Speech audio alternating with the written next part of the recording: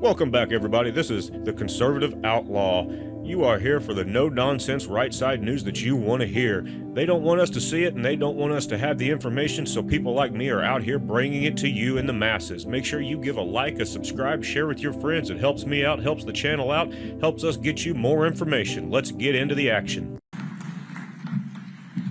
Well, thank you, Doug. You're doing a great job at the VA, and I want to say just a couple things. I've learned a couple things from working so closely with the President of the United States. The first thing is that he loves our nation's veterans and has committed our nation's administration to putting our veterans first every single day. And the second thing I've learned about the President of the United States is that he really hates when somebody who's speaking before him goes on for too long. And so with that in mind, I have prepared a very brief and very inspiring 1 hour and 45-minute speech on this beautiful Veterans Day out here in the cold. But let me just give three very brief messages. First, to our nation's veterans, thank you. Thank you for serving and sacrificing. We've all got so many good stories of people that we served with over the years. During my 4 years of the Marine Corps, I met the very best of America, people who are willing to put on a uniform and risk their lives for their entire country.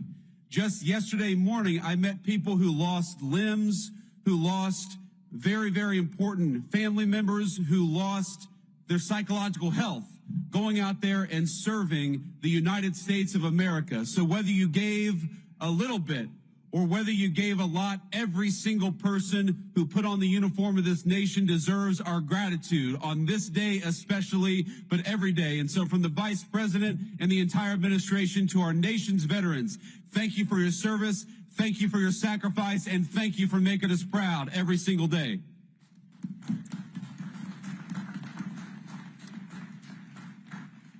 The second message is to the nation's political leaders.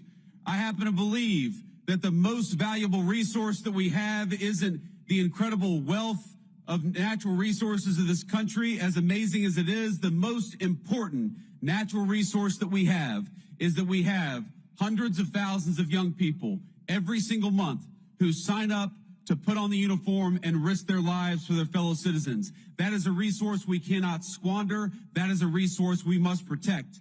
And so to every elected official who's here today, our obligation, our sacred responsibility to our veterans is to make sure that the American military is the bravest and best fighting force anywhere in the world, and to make sure that every time we ask our nation's military to go off to war, we give them the training, we give them the resources, and we give them what they need to kick the enemy's rear end and to come back home safely and quickly. That is our obligation to you.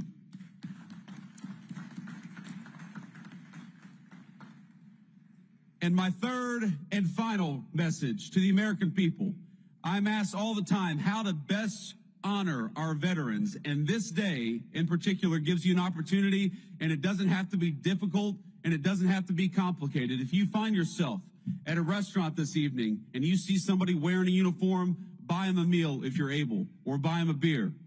If you see a veteran of our nation's armed forces, if you know somebody in your family, give them a call and say thank you. I heard already this morning from my mother-in-law who sent me a message early California time, and it touched my heart. Just knowing that we have loved ones who recognize our service, who care about it, and who care enough to go out and say thank you. So to the American people, if we want to keep on ensuring that the very best and brightest sign up for our military, the very best way to do it is to make sure that the veterans know that we are grateful to them.